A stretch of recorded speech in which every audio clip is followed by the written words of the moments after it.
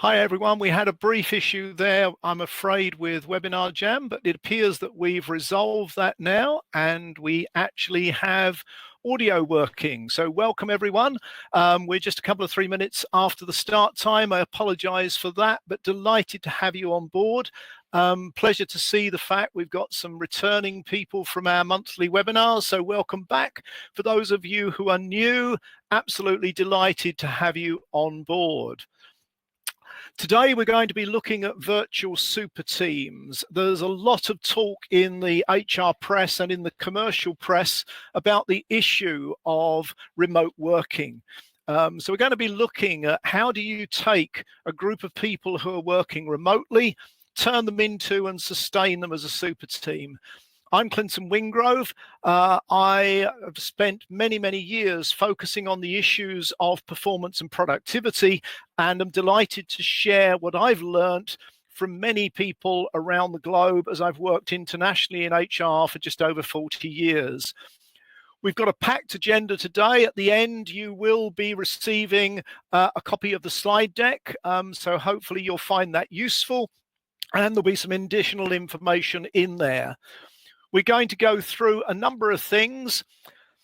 Clearly, most of us who've had management experience know that it's tough enough managing people that you work with every day.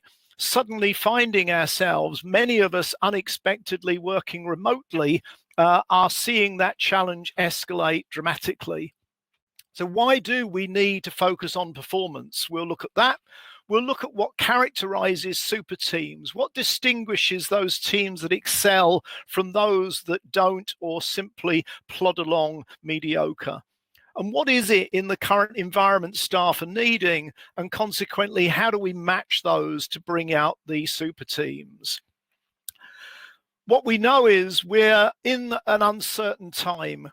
We've survived, or many of us have survived, the lockdown. The question is, are we going to survive the exit? During this initial period, we've been focusing quite rightly on the well-being of staff, getting them equipped, etc. And many organizations during that period have paid less attention to some of the things in red, cash flow in particular. Many of them actually paid less attention to even things like compliance. But as we start to see, and we're hearing news every day in the press, organizations are experiencing the harsh reality. Cash flow is becoming an issue, productivity. Many are resorting to cost cutting, which has never grown a business. And for many in businesses, whilst it may be a short-term necessity, they're going to have to turn to look at how do we increase productivity, how do we increase revenue, and how do we increase profit.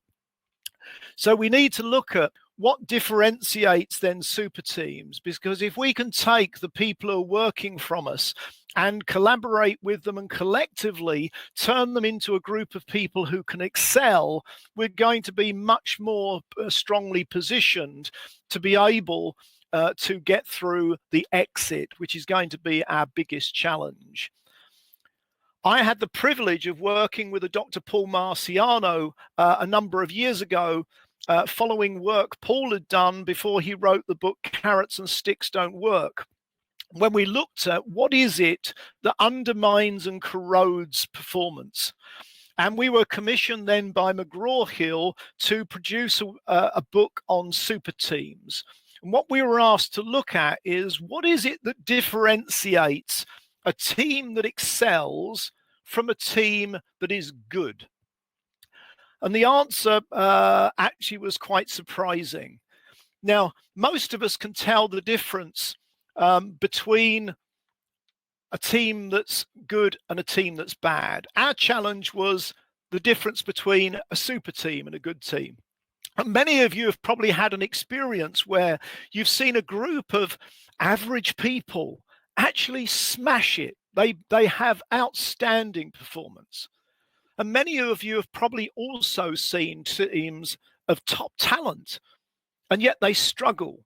The prima donnas butt heads.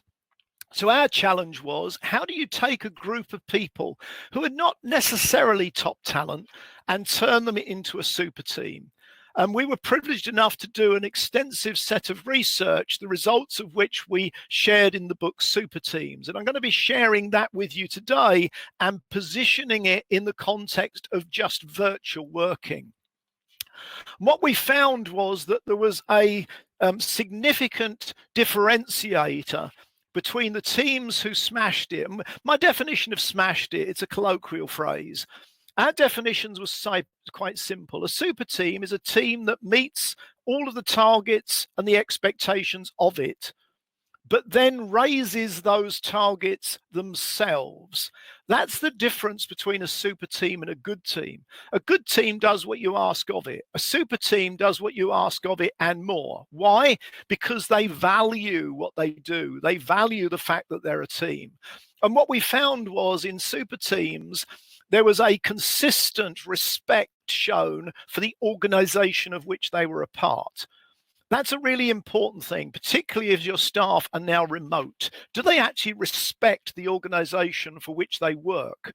And of course, some of the actions that organizations are taking, and they're in the press every day, are seriously undermining that. The second one was we found that in super teams, the individual members respected the leadership. So if you are a manager, you represent leadership. What have you done to earn the respect? You don't get the respect from the title, you get the respect from what you say and what you do. So what are you doing to build that respect from your team members for you? The third one we saw was respect for the team. And what we mean there was respect for each other. And that's a really difficult one. And it's one we often see in sporting teams where they fail because the striker is the one who gets all the kudos and all the credit. And all of the people who made the goal possible actually don't get the credit. And exactly the same happens in our teams. Does every one of your individual team members, all working remotely, do they actually respect each other? Do they care for each other? Do they bother to contact each other? What we found in super teams is individual team members talk to each other, not about each other.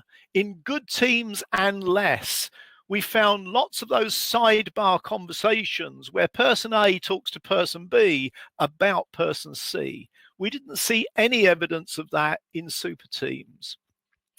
And then the fourth one was respect for the work. During these times, we're probably having to ask our staff to do a variety of different things, some of them perhaps quite menial. We're probably asking them to do things so that we have a feeling that we know what they're doing with their time. We're probably starting to be more interested in whether they are online at certain times and are they doing the work that's required of them.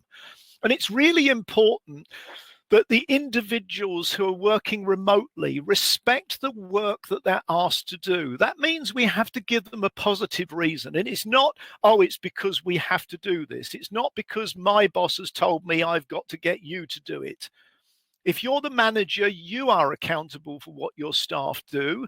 If you are asked to do it by your boss, that's not their problem.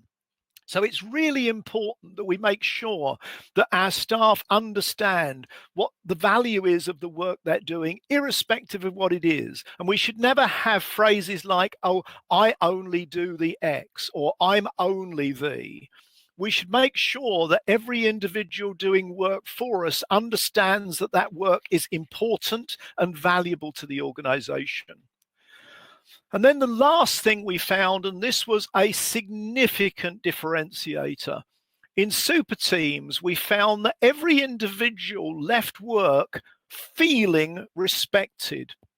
Now, that's incredibly difficult to achieve in a face-to-face environment, but it's immensely powerful and it's immensely challenging in a virtual world. So a rhetorical question, if you're managers, what are you doing to ensure that every day when your people turn off their PC and go back to their family, they actually feel that they were respected during that day?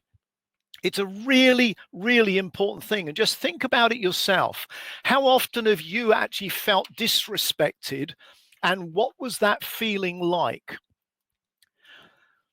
What we then looked at is what drives those dimensions of respect. It's all very well saying, well, this is easy. So what we've got to do is get people in the team to respect the organization, respect the leadership, respect the team, respect the work, and feel respected. So that's quite simple. The question was, well, how do you do that?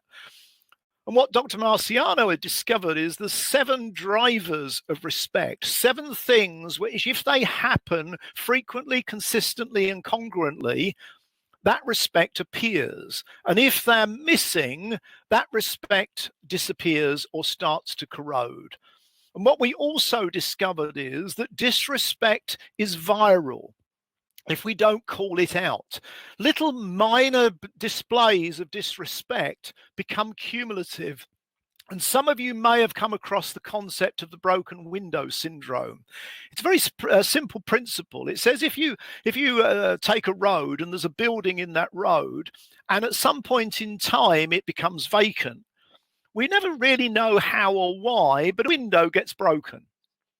If that window is repaired quickly, it's a long time, if ever, before another window gets broken.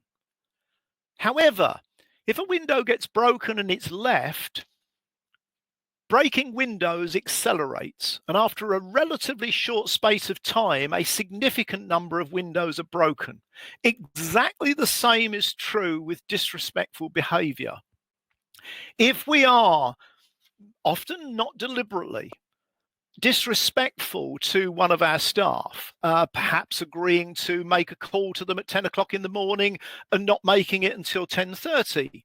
That's a minor example of disrespect. But if we don't point that out or apologize for it or call it out if it's someone else doing it, what happens is that becomes corrosive and goes viral.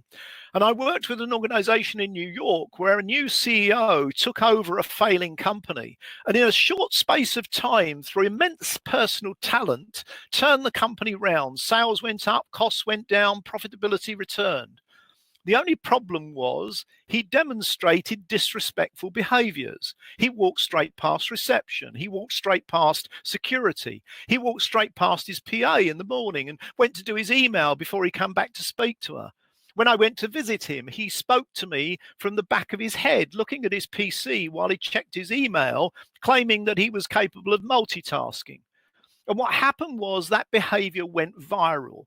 People picked up those signals, not consciously, but unconsciously. Our unconscious brain spots these patterns and they start to affect the way in which we think and the way in which we act.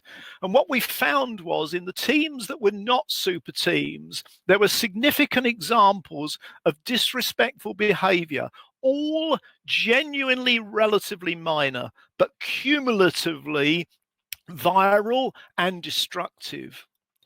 So why does that matter now? Well, the answer is because COVID-19's accelerated what was happening anyway.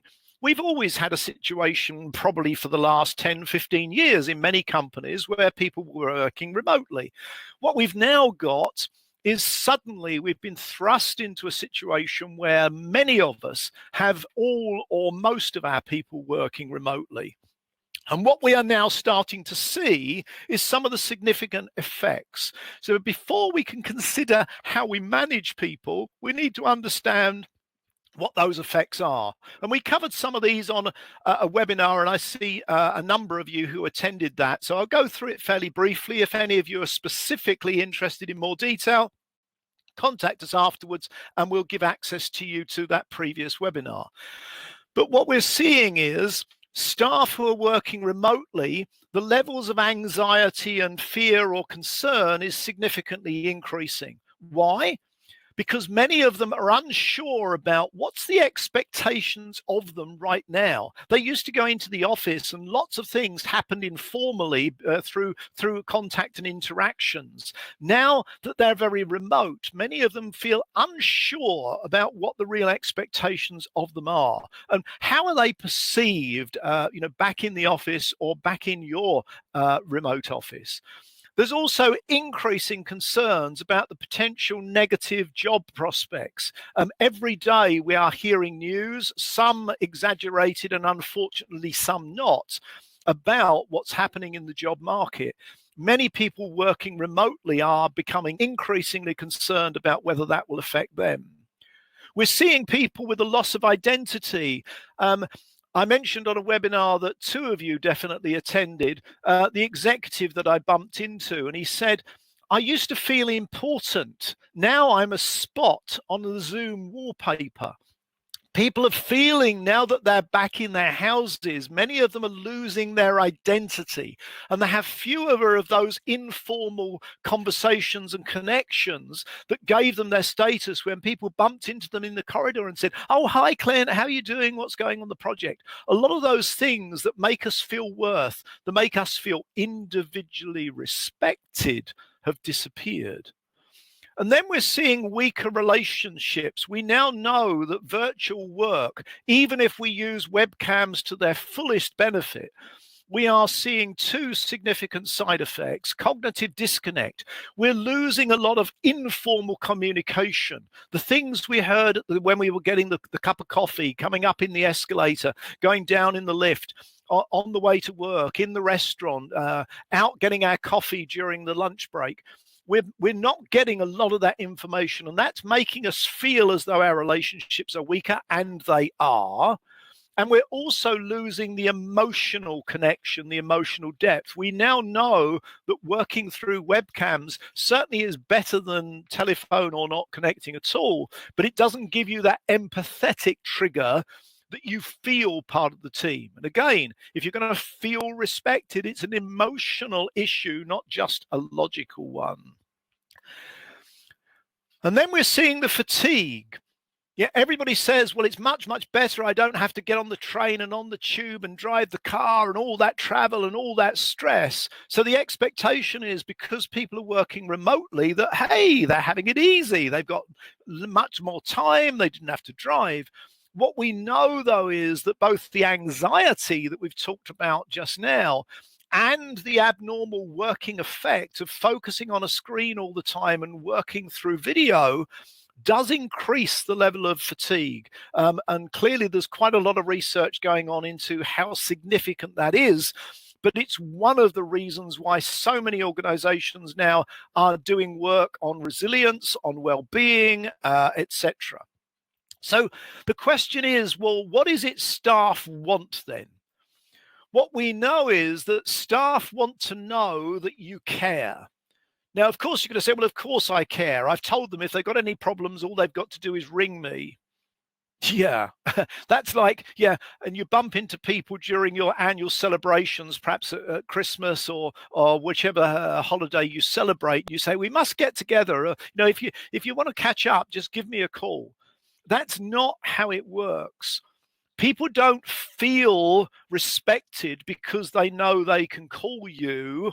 They know that they're respected because you call them.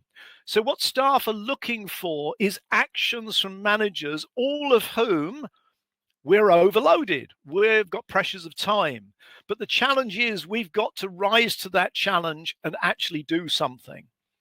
So what is it they actually want? And we identified, and again, we've gone into this in some depth before on another webinar, but we'll just cover it briefly here before we look into how do you do it. Staff actually want four things. One is they want clarity. Now, we know that even before we went remotely. Exit interviews have been consistently showing for the last 5 years that one of the primary reasons people left jobs was the lack of clarity. They were never too sure what was expected of them, and they were never too sure how their performance was perceived. It's a common characteristic that's come through in numerous research studies into exit interviews, particularly looking at what triggered people to look for a new job in the first place. They want clarity. The second thing that they want is assurance.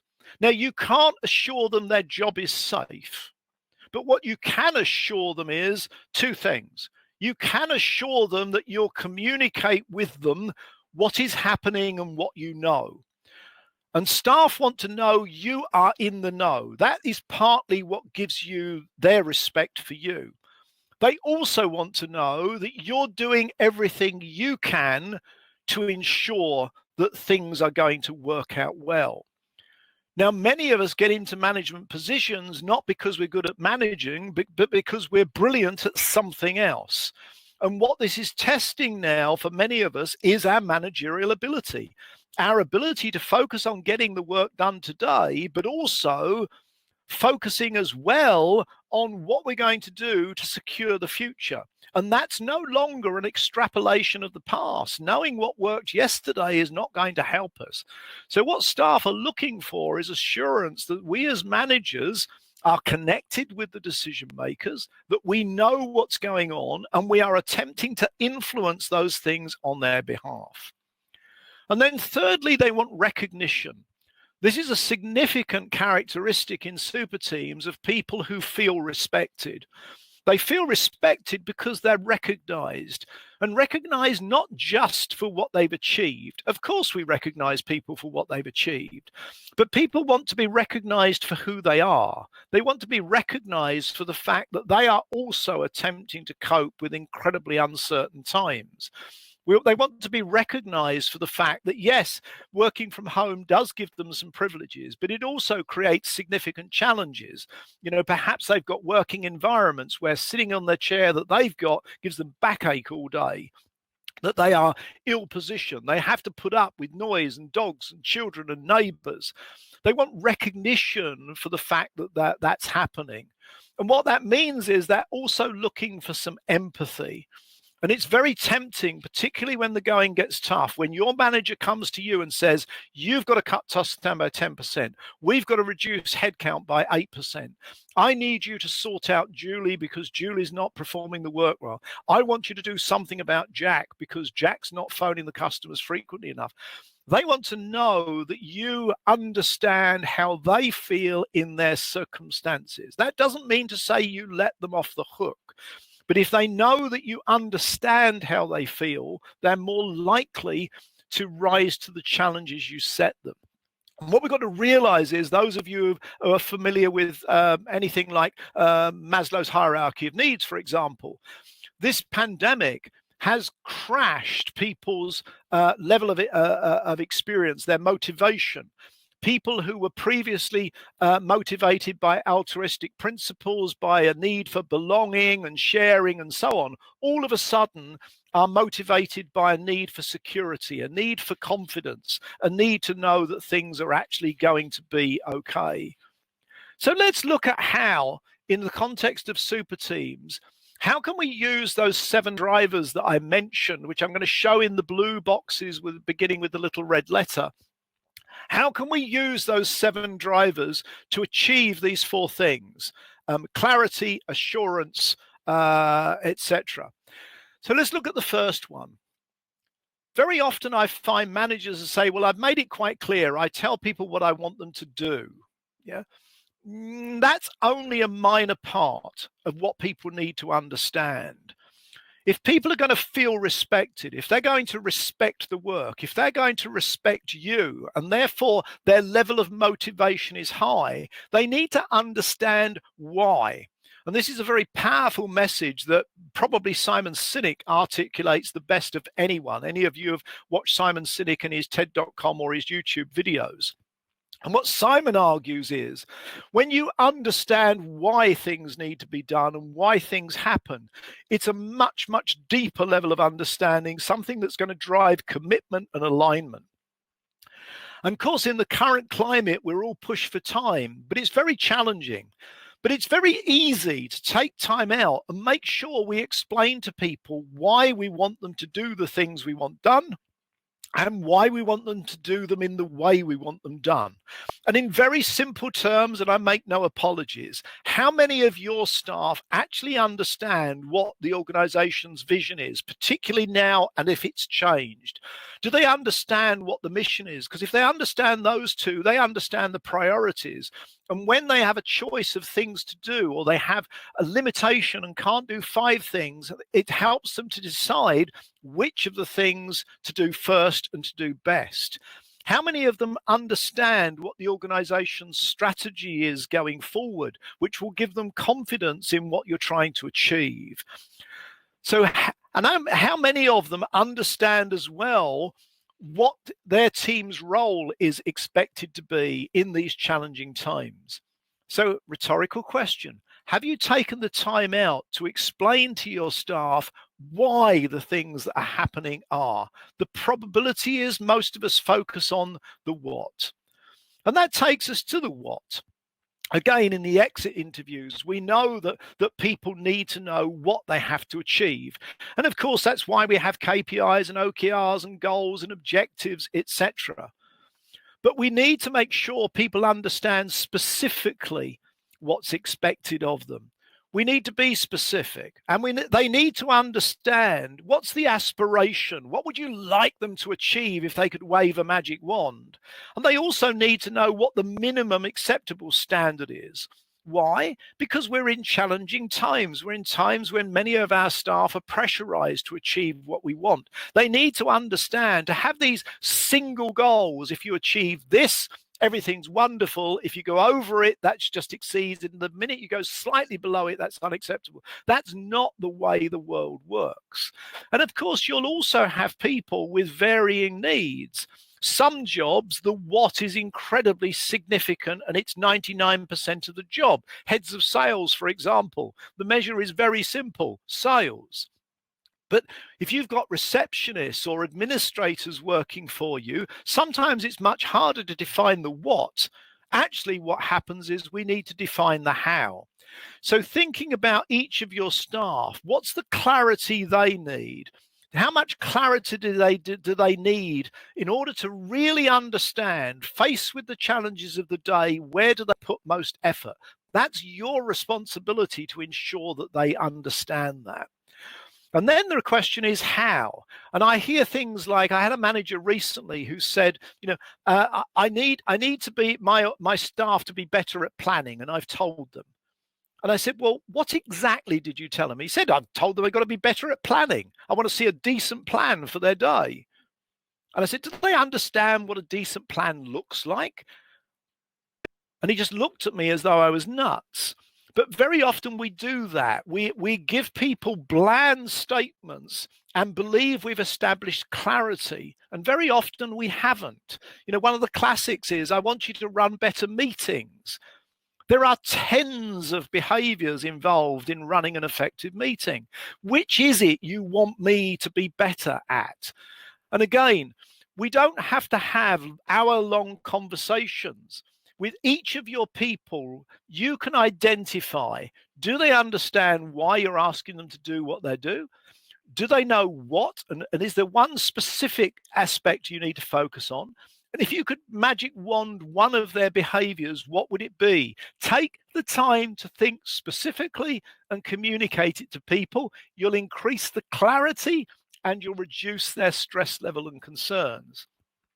And then these are ideal opportunities for development. A lot of people were saying right at the start of COVID-19, this is the end of development. Nobody's going to have time for development. We can't do face-to-face training.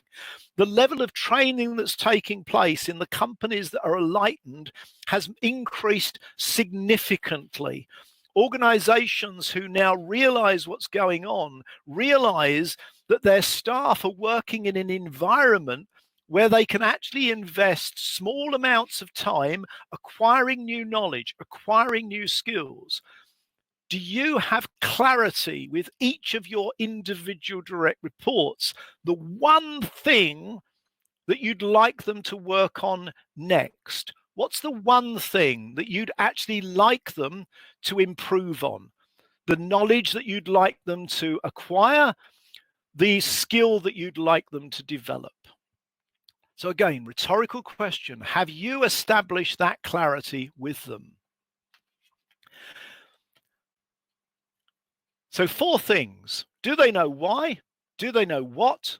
Do they know how? And do they understand the growth or the development that you're expecting? The second thing was assurance. So having achieved clarity, the second thing is assurance. People want to feel that they are in a reasonably strong position. Staff are not stupid. Staff, well, hopefully you've recruited staff who are not stupid. Yeah, hopefully they understand, the commercial and the economic realities that we face. But there are things that you can do that help to assure them. And platitudes and flattery don't help. But what you can do is two things. And these are known to ensure that people feel much more positive. And I'll come on to two more afterwards. The first one is empowerment, giving them as much flexibility as you can to control and make decisions about how they work. And organizations are beginning to realize that getting the work done is arguably more important in most industries than when it gets done.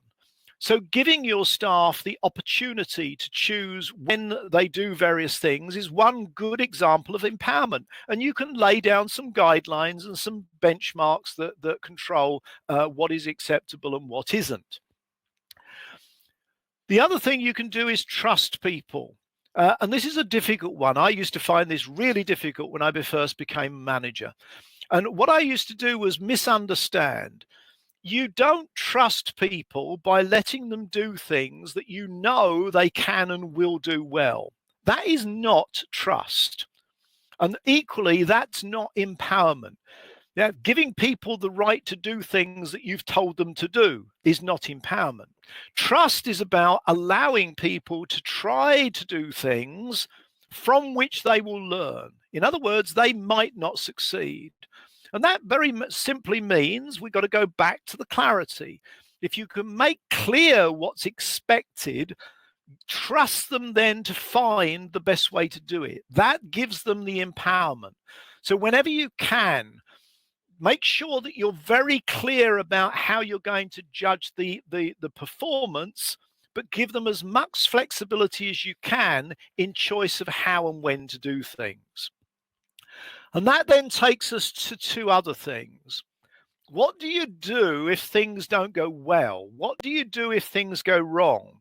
And I'm hearing an increasing level of attention, organizations training managers on how to have difficult conversations, how to deliver constructive feedback. I've never received feedback that was called constructive and felt good about it.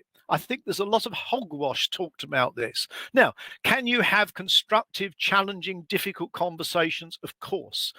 But that's fundamentally different to achieving super team status. That's what you do when you've got poor performers. I'm talking about how do you take average good people and help them to excel, because that is possible. The vast majority of us are significantly overqualified for the work that we're required to do. And what I've learned, and I first was triggered by some work by Marcus Buckingham, but subsequently I've done a lot of further research into it. And what Paul and I found was in the super teams, there was a characteristic of feedback that was unique to the super teams. And that was, let's say I'd done something and it'd fallen short. People within the team, not always the boss, sometimes it would be a peer, would have a conversation with me, but they wouldn't focus on what I did wrong. They would focus on, let's imagine this happens next week. How would we do it differently? So it was feed forward. And it's a technique that Gareth Southgate apparently used with the England team before they became immensely successful. And it's also been a technique being used with the English rugby team. And what we found was in super teams, this was a characteristic. So rhetorically again, how often do you ring people up wanting to get them to improve in how they do something?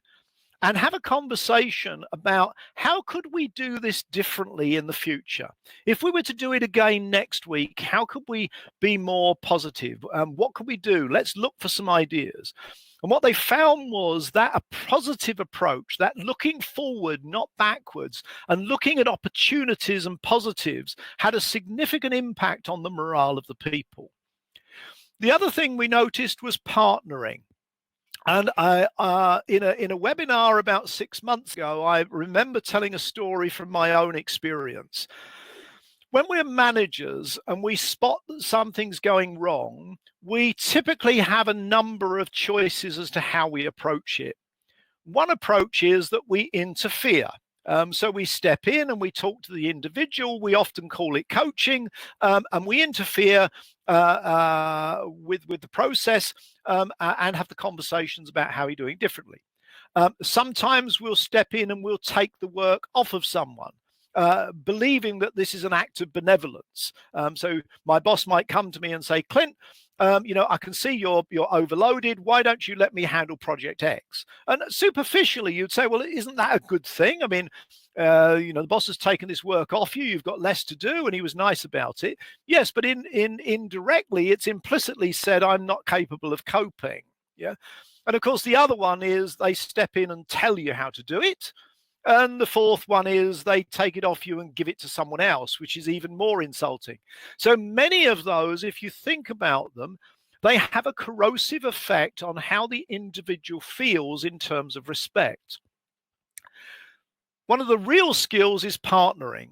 And I tell the story about how we were working on a major project in the US, software project, and we needed to have on site the consultant, which was me, and we needed to have on site a highly skilled technician, technical person. The day before we're due on site, the technical person became ill, and we were stuck. Cut a long story short, we flew someone in to come on site. That person came on site. We worked for 2 or 3 days, and on the final day, the client asked for the business cards. And I produced my business card as a principal consultant. The other individual produced their business card as CIO, Chief Information Officer, one of the founders of the company, the head honcho. The customer immediately panicked and said, if we'd have known, we'd have taken you to the executive canteen. To which the CIO said, and if you had, we'd have cancelled the project. What this project needed was a programmer. That's what I've been for 3 days. That's how I should be treated. And that's a demonstration of partnering. That individual could have come on site, taken over from me, impressed the client with how senior he was, but that would have left me feeling disrespected. It would have put the client on their back foot, feeling that they've got this very senior person there. So partnering is when you as the manager know that the individual needs someone metaphorically to hold their hand, not someone to take stuff away from them, not someone to tell them how to do stuff, not someone to take over and instruct them on methodology. So rhetorically, think about each of your people. There will be instances when you need to take off your manager's hat. You need to remove the authority label, and you need to stand side by side and go, these are tough times. Let's look at this challenge, this work you've got on. Let's work out how we're going to handle this. If they need help and you do that well, you partner, they will tell you. Then you are responding to their request, which means they'll feel respected. So assurance, things that you can do. We've mentioned recognition already, and I've mentioned the supportive feedback, but let's just spend a few seconds just on this recognition specifically. Your staff, when you're working face to face, you will frequently bump into them ad hoc, informally. And during those connections, during those bumping points, in a sense, they get a feeling for how valued they are. I run sessions on unconscious bias, and we look at things like micro behaviors. If you walk into a room and look at me and smile at me, I get a positive feeling. If you walk into a room that I'm in and you look at someone else and smile at them and you don't look at me, I get a very clear message.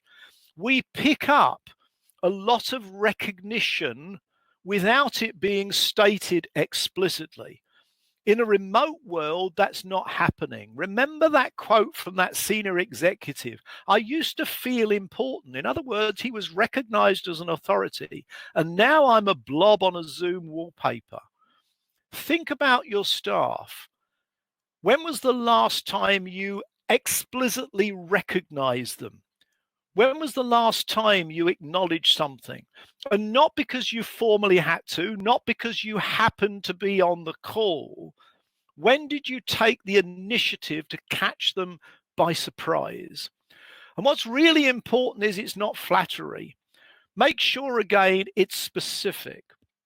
Tell people specifically what you've observed, seen, heard, or experienced, and specifically why you liked it. If someone rings me up and says, Clint, you did a great job, I go, yeah. I had an instance recently where someone sent me an email. He said, you did a fabulous talk the other day. And I thought, yeah, okay, I probably did. And then the next day, he rang up and asked if I'd do the same talk free for his organization. Now I know why he sent the first email. Yeah. What he didn't say was, what I liked about the talk was this. This was particularly relevant to what we do. And if he'd have done that, I'd have probably done the talk for free. So think about, how good are you at giving people specific recognition and doing it to surprise them? Because if it's not a surprise, it loses its value. And again, reflect back and think yourself, when have you been on the receiving end? And that touches on this issue of empathy. One of the things that we've done is researched into the behaviors and skills that are required of high caliber managers and leaders, and identified 52 behaviors. An international research project looked at how important each of those 52 is. Demonstration of empathy came out in the top 5 as expressed by C-suite executives. They want their managers to demonstrate empathy. Empathy is not about being sympathetic. We don't want you to be sympathetic for your people who are working from home. That's not particularly helpful. But what we do need is for you to be empathetic. You need to understand how they feel. Part of that you'll demonstrate by providing supportive feedback. Supportive feedback is empathetic. It doesn't talk about the negatives and the critical and leave people feeling punished. It leaves people feeling positive, that there is hope, and with ideas on what they can do in the future.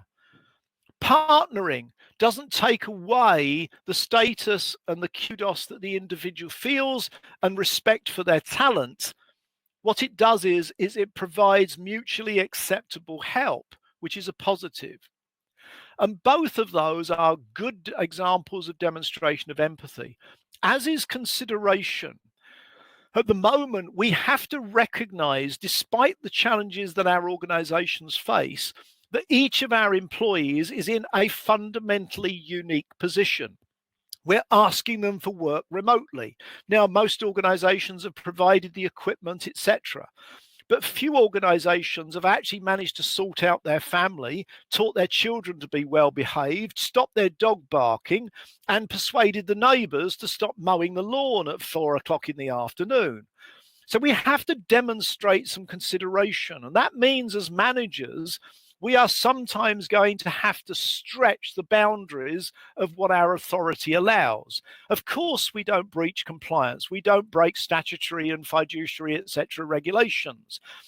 But treating people exactly the same doesn't work well in a virtual world, because each of your people is in a fundamentally unique environment.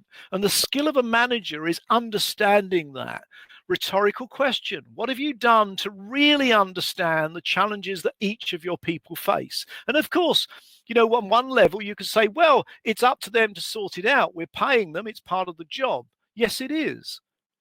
But it's also part of our job as managers to understand. It's part of our job as a manager to know, when do we bend a little to give Julie the ability to do things slightly differently, to not be on the call that she's normally on?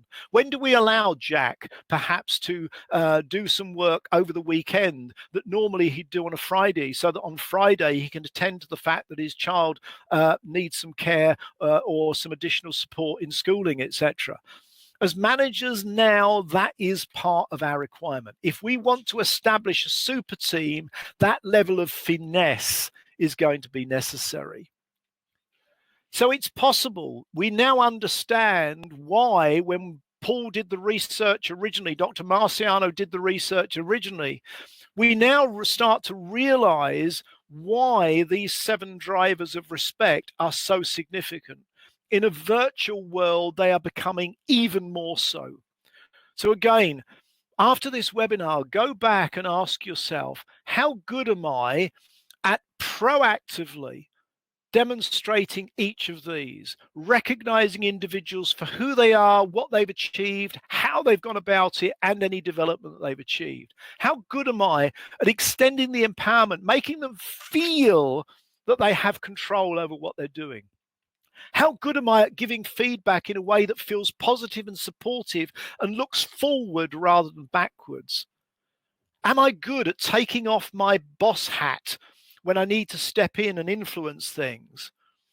Am I really good at clarifying expectations? Am I making them specific? And in terms of the what, because you can't manage the what is an outcome. The only thing our staff can change is the how.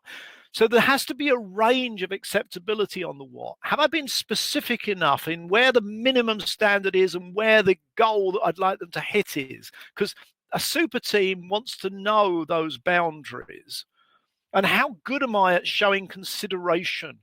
Or are my staff nervous about approaching me?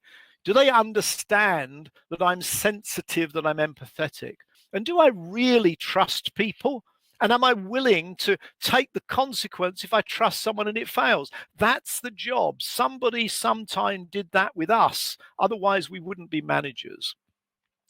And then lastly, respect for what? Remember, I mentioned these things. Be really, really careful. In the virtual environment, people will pick up on our every word. Make certain that in every interaction with people, you talk up the organization. You don't lie, but people don't want to know any more bad things than they already suspect. The job of a manager is to ensure that we retain the respect for the organization and we articulate why the organization is doing what it is. They want to be assured that the leadership is strong and sound. And that leadership is going to be stronger and sounder if we support it than if we undermine it. Make sure that you get your team to talk to each other. The second, remember the broken window, the second you hear one of your team talking badly about another one, call it out, do something about it. In super teams, people talk to each other, not about each other. And make sure everything you ask your people to do, they understand why, they understand the worth. And every one of your team, irrespective of their role, needs to feel that they are important. Important because the work they do is valued. So make sure you don't focus merely on the prima donnas and the top performers. Give the people who are supporting them your attention. And lastly, at the end of every week, ask yourself this question. Has every one of my individual team members gone away feeling respected? Because if they haven't, you've got a phone call to make. That's something you need to attend to. So just a quick summary. Respect matters. Disrespect, no matter how minor, no matter how lacking in deliberateness, no matter how unconsciously it was done, disrespect is corrosive, and especially so in this virtual world where people are lonely, they are anxious, and they are tired. Respect, on the other hand, builds that confidence. People will want to be part of the team. And that's something that you can contribute directly by applying those 7 drivers. So we've come to the end of the session. We've got about 8 minutes left. As always, we are offering those of you who have attended some offers of some free in-house workshops. We'll be including the details in the materials that we send out to you. We'll be sending you a copy of this slide deck out to you. And next webinar will be on the 2nd of October at 2 p.m. BST. And this is an exciting one. Well, on the 2nd of October, we are covering the topic of 7-minute performance management conversations. How can you manage performance using conversations that are no longer than 7 minutes at a time. So that's a topic that I hope will interest many of you. If it interests your other colleagues, we will be sending details round with the slide deck. So we look forward to joining you then. I've been Clinton Wingrove. Thank you for joining us. Please stay safe, stay well. And if you go away and apply just one of the techniques we've talked about today, I know that you will start to see an increase in the motivation and the employment of your staff. That will give you the security that we all need. Thank you, everyone.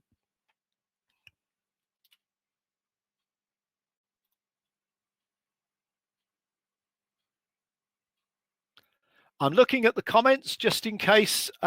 Yes, one of the questions that's come in is this session recorded? We are aiming to make the copy of the recording available. And again, we will send the details out when we send the slide deck out. So thank you, Nicola, for that question. Yes, there is a recording available and you will be given access to that.